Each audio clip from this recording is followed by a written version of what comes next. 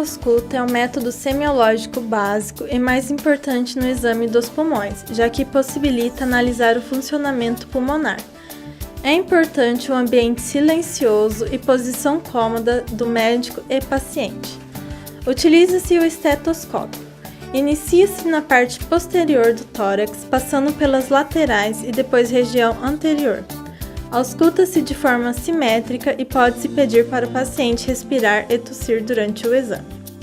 Murmúrio vesicular. Os sons respiratórios vesiculares podem ser ouvidos na maioria das áreas dos pulmões.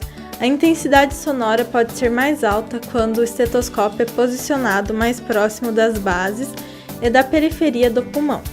Os sons vesiculares diminuídos podem ser ouvidos sobre as paredes anterior e posterior do tórax em pacientes obesos ou idosos.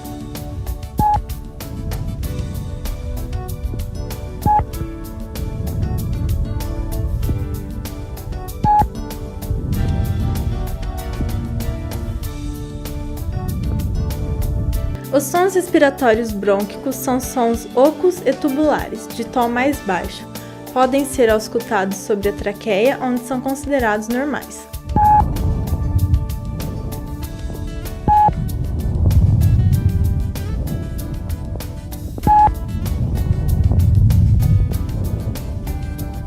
Som broncovesicular. Os períodos de inspiração e expiração desse som são iguais. Estes sons são normais na área do meio do tórax ou no tórax posterior entre as escápulas. Refletem uma mistura do tom dos sons respiratórios brônquicos ouvidos perto da traqueia e dos alvéolos com o som vesicular.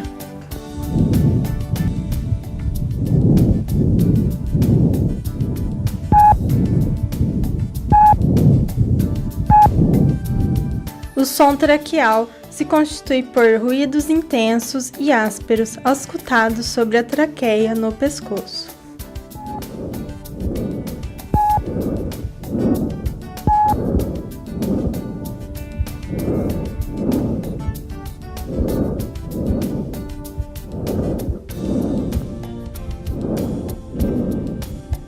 Os sons ou ruídos anormais descontínuos são divididos em estertores finos, que podem estar presentes em situações de pneumonia, congestão pulmonar e doenças intersticiais.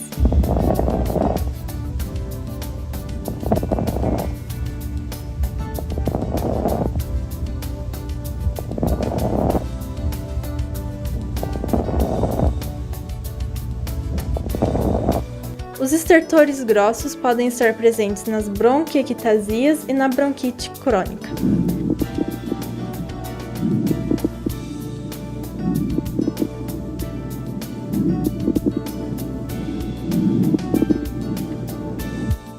Existem também os sons ou ruídos anormais contínuos, que são os roncos e sibilos.